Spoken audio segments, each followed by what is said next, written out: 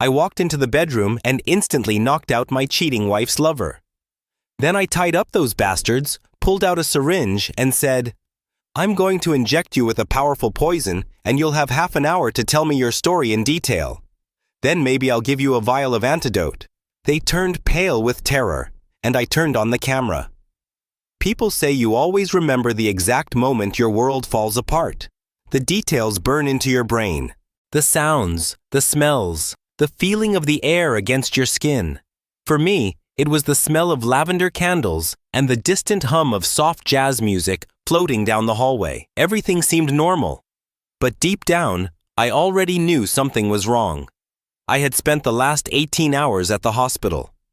As an emergency doctor, my days were a cycle of blood, adrenaline, and exhaustion. Saving lives, fixing broken people, coming home too late to a wife who always said she understood. We had been married for 7 years, and up until recently, I thought we were happy. Sure, things had been strained lately. Less talking, more excuses. Her phone always faced down on the table, but I blamed it on my job, my schedule, the exhaustion. I thought we were just going through a rough patch. Turns out, I was the only one fighting for us. I walked up the stairs, my footsteps slow, my body aching from the shift. That's when I heard it. A soft, breathy laugh. Her laugh, but not the one she used with me. No, this one was different. Playful. And then a low murmur of a man's voice. I froze for a second. My brain refused to process it. It had to be the TV. It had to be her on the phone with a friend. It had to be anything but what I thought it was. But deep down, I already knew. I took a slow breath, my pulse hammering in my ears. Then, without another thought, I pushed the door open. The first thing I noticed was the skin. Bare skin. Twisted sheets. Tangled limbs. The second thing I noticed, her eyes. Wide. Frozen in panic. She gasped, scrambling to cover herself. The man beside her, a stranger in my bed, flinched, his face still half buried in the pillows. And me? I just stood there, completely numb. Time stretched. I saw every detail. The candles she lit for him, the wine glasses on my nightstand, the bed sheets I had bought, now wrapped around another man. I should have spoken. I should have yelled, but all I could do was stare. The pieces of my life rearranging into something unrecognizable. That's when the stranger made his first mistake. He moved, sat up slightly, blinking in confusion. And in that moment, something in me snapped. I lunged. Before I even knew what I was doing, my fist connected with his jaw. The sound was sickening. Bone against bone, a sharp crack. He barely had time to react before I grabbed him by the throat and slammed him against the headboard. His head whipped back. The bed shook violently. My wife screamed, "John, stop!" But I didn't, because the man in front of me, he wasn't just some random mistake. He was a choice, her choice. And now they were both going to face the consequences. I wasn't thinking clearly. Or maybe I was thinking clearer than ever. My eyes flicked toward my work bag, still sitting by the door. Inside, I had everything I needed. Not for saving lives, for something else. I let go of the bastard, letting him slump back onto the bed, groaning in pain. Then slowly, I walked to my bag, unzipped it, reached inside, and pulled out a syringe. The moment my wife saw it, her face went ghost white. "Jay, what are you doing?" I turned back to them, holding up the needle, my voice calm. "This," I said, rolling the syringe between my fingers. "This is a powerful neurotoxin." Her lover's eyes widened in pure terror. I sat on the edge of the bed, watching them squirm. "Here's how it works," I said slowly, deliberately. "Once injected, you have about 30 minutes before full paralysis sets in. Then your organs shut down, one by one." My wife started shaking. Her lover let out a strangled noise. I smiled. "But don't worry, there's an antidote." I reached into my bag again and pulled out a small vial of clear liquid. Their eyes snapped to it. "Now," I said, setting the antidote on the nightstand, right between the wine glasses, "you're going to tell me the truth. Everything." I reached for my phone, turned on the camera, and met their pale, trembling gazes. Start talking. The room felt smaller now, hotter, the air thick with sweat and fear. Lisa sat frozen, her arms clutching the sheets around her like they could protect her. Matt sat against the headboard, one hand cupping his bleeding nose, his face twisted in pain. And me? I sat at the edge of the bed, syringe in hand, feeling my own pulse hammering in my ears. The rage was still there, burning, consuming. But now there was something else too. A question. How far am I really willing to go? I had spent years fixing people, saving lives.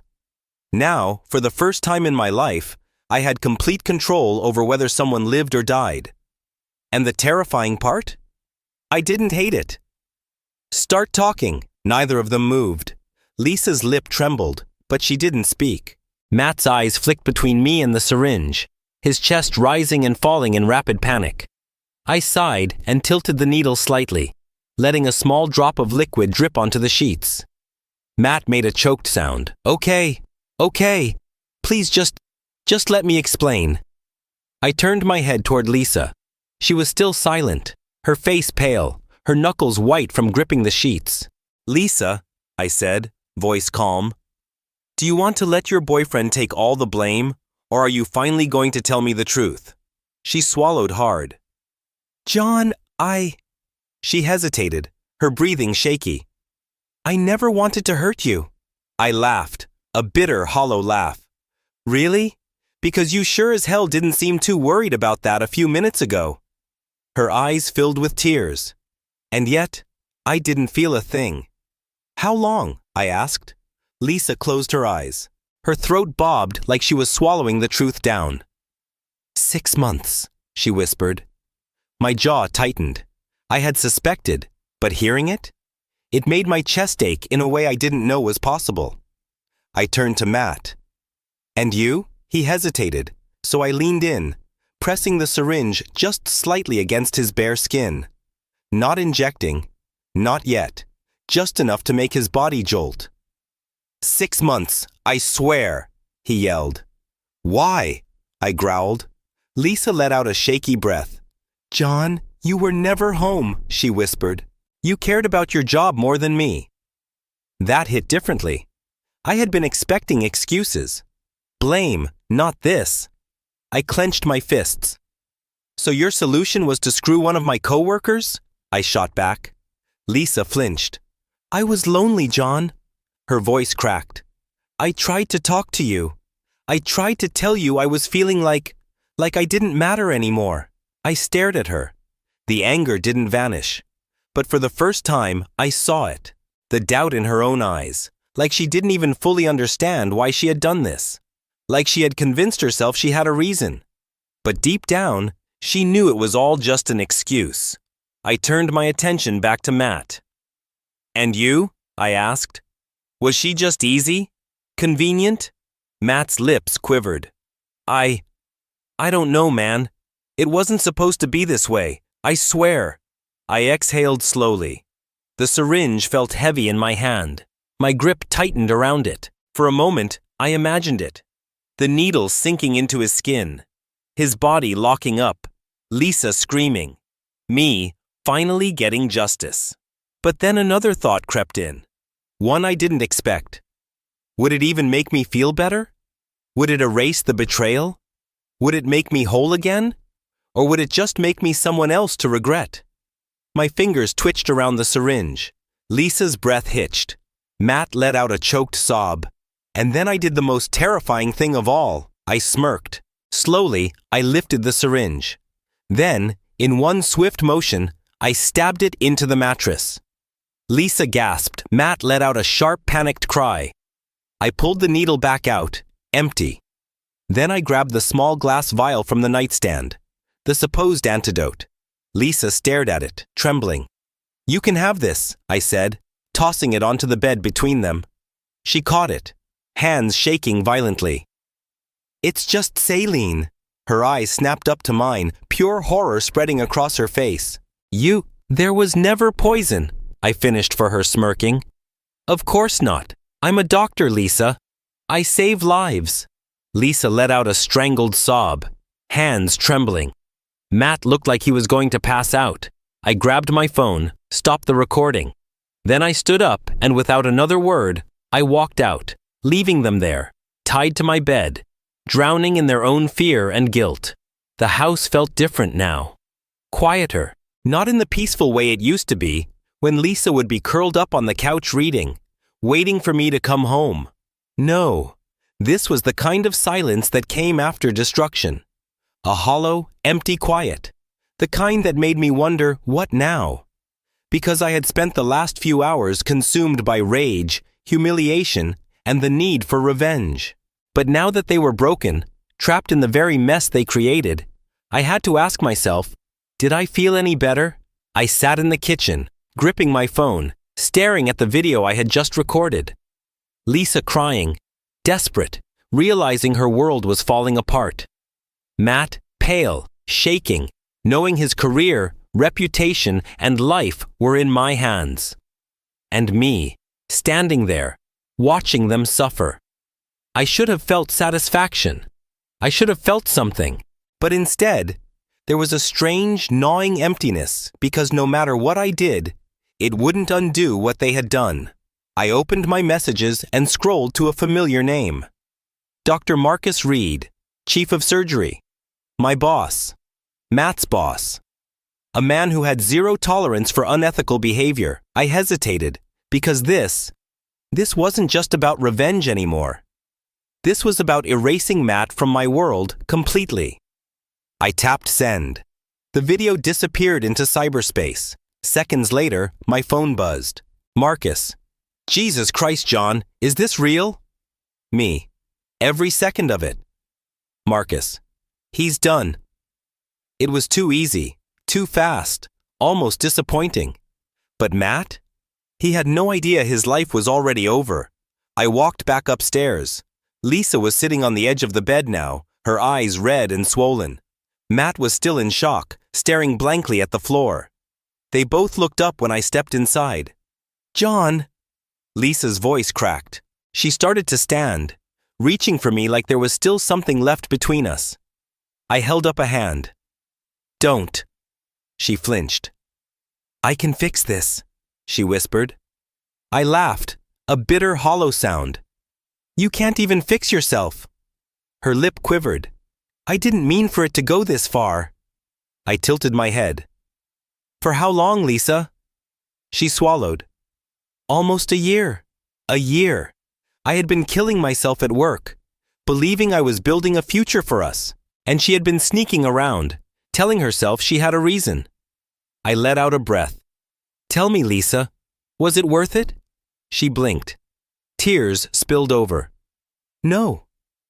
But somehow, it didn't feel like enough, because the damage was already done. I walked over to the nightstand and picked up a single folder.